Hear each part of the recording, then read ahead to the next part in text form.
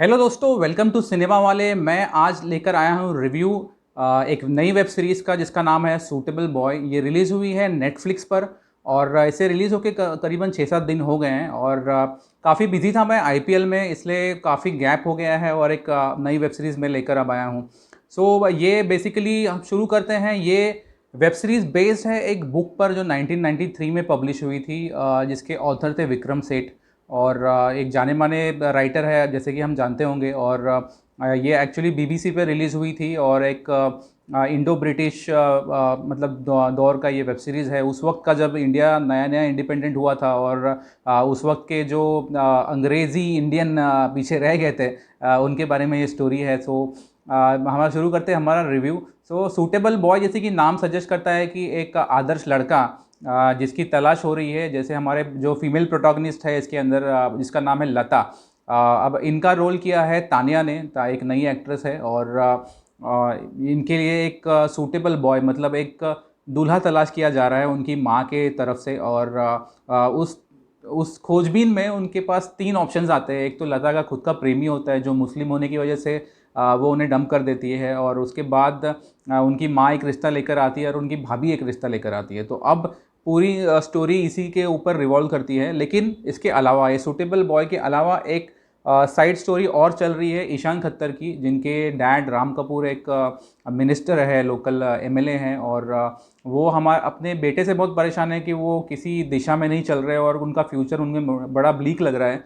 और ईशान खत्तर एक वहाँ की लोकल वेश्या है तब्बू, उनके पीछे पड़े हुए हैं और उनसे प्यार कर बैठे हैं। और किस तरह से अपने करियर की और अपने फ्यूचर की वाट लगा रहे हैं, वो बेसिकली एक ट्रैक वहाँ चल रहा होता है।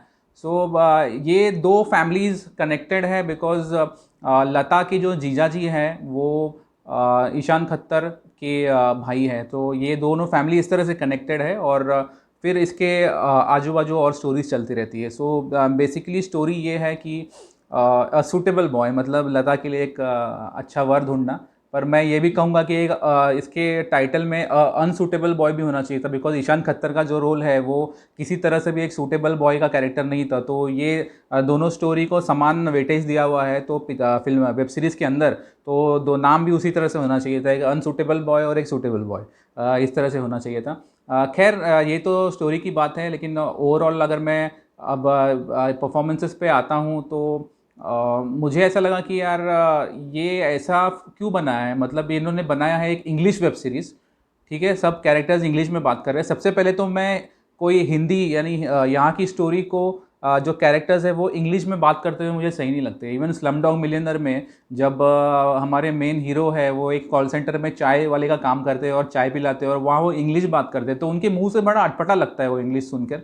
और मीरा नायर इनकी डायरेक्टर है इस वेब सीरीज़ की, उन्हें चाहिए था कि ये टोटली हिंदी में बना थी या फिर इसको टोटली वो इंग्लिश में बना थी और लेकिन एक्टर्स शायद ब्रिटिश ले लेती।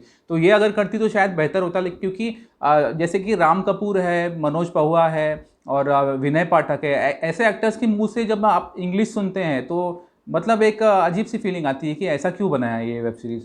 और मतलब और भी एक्टर्स के बारे में बात करूँ, जैसे कि ईशान खत्तर है। ईशान खत्तर ठीक ठाक इंग्लिश बोलते हैं और अच्छी तरह से बोल लेते हैं, इसलिए वो ठीक लगता है। बट अदरवाइज़ तब्बू हो गई और बाकी एक्टर्स, इनके मुंह से इंग्लिश सही नहीं लगता है। और बेसिकली स्टोरी उस दौर की है जब नया नया इंडिया इंडिपेंडेंट हुआ था और उस वक्त जो गांवों में जैसे किसान हैं ये भी इंग्लिश बोल रहे हैं। आई मीन थोड़ा अननेचुरल लगता है, इसके लिए मुझे ये चीज़ नहीं जमी। और परफॉर्मेंसेस के बारे में बात करूँ तो ईशान खत्तर ने अच्छा परफॉर्मेंस किया है। खाली पीली जैसी फिल्म करने से अच्छा है कि वो इस तरह की फिल्में या वेब सीरीज़ करे। तब्बू ने अच्छा एक्टिंग किया है बट उनका रोल ज़्यादा नहीं है इसके अंदर। और काफ़ी इम्पैक्टफुल एक्टिंग है लता की। लता के रोल में जो तानिया नई एक्टर आई है उनका रोल काफ़ी अच्छा है, लेकिन उनके कैरेक्टर से मैं थोड़ा ये नहीं हो पाया। आई मीन एक लड़के को डंप करती है और फिर 2 लड़कों को एक ही साथ घुमा रही होती है, तो वो थोड़ा मुझे अटपटा सा लगा। और बाकी जो को एक्टर्स है जैसे राम कपूर, मनोज पहुआ है, विनय पाठक है और विवान शाह है, ये इन लोगों का काम ठीक ठाक है, ओके है। ओवरऑल मुझे बड़ी डिसअपॉइंटमेंट हुई रणदीप हुडा को लेकर। रणदीप हुडा के जैसे एक्टर, उनको एक पिंप, मेल पिंप का रोल दिया हुआ है। मतलब शाहना गोस्वामी जो लता की भाभी दिखाई गई है, उनके साथ कुछ सेक्स सीन्स दिखाए गए हैं और जो इस वेब सीरीज़ में बिल्कुल ज़रूरत नहीं थी दिखाने की, वो उन्होंने क्यों दिखाया मेरे समझ में नहीं आया। और मतलब सीन्स भी कैसे किस तरह से, मतलब वो कुछ साइको लोग होते हैं ना जो, मतलब उस तरह का रोल है शहाना गोस्वामी का, और रणदीप हुडा उनके पिंप बने हुए हैं। तो बहुत डिसअपॉइंटमेंट हुई। रणदीप को ऐसे ही फिल्में या वेब सीरीज़ नहीं करनी चाहिए। बहुत ही सीजनड एक्टर है, बहुत अच्छे एक्टर है, उनको ये सब नहीं करना चाहिए। और बहुत सारे साइड स्टोरीज भी है इस वेब सीरीज़ के अंदर जो साइड बाय साइड चलते रहते हैं। और एक है जैसे कि विजय वर्मा एक्टर इतने अच्छे हैं, उनको भी वेस्ट किया है पूरी तरह इस वेब सीरीज़ के अंदर। सो ओवरऑल मैं कहूँगा कि मज़ा नहीं आया यार, बिल्कुल मज़ा नहीं आया। बिकॉज मीरा नायर को मैं एक ही बात बोलूँगा, अगर आपको कुछ ऐसा बनाना था तो आप पूरी तरह इंग्लिश में बनाती उसको, और सच में मज़ा नहीं आया। और मैं इस वेब सीरीज़ को ज़्यादा रेट नहीं करूँगा, और मैं इसको 2 स्टार दूंगा only because of the cinematography और जो लोकेशन है उस वक्त प्री इंडिपेंडेंस ईरा के कैलकाटा, ब्रह्मपुर और लखनऊ दिखाया गया इस वेब सीरीज़ के अंदर। तो वो लोकेशंस काफ़ी अच्छे लगे मुझे, और उसके लिए मैं शायद इसको 2 स्टार दूंगा।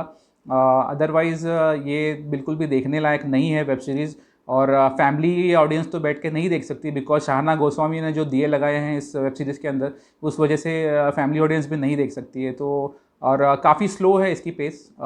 1 घंटे की एक एपिसोड है, और 6 एपिसोड से फिर भी आपको लगेगा कि पता नहीं आप कब से देख रहे हो और वो ख़त्म ही नहीं हो रहा है। तो overall I wouldn't suggest this web series for you to see during this weekend. So this was my review about Suitable Boy. और सिनेमा वाले taking a break now, and you know my slogan, it's eat, sleep, exercise and keep watching cinema. Take care, bye bye.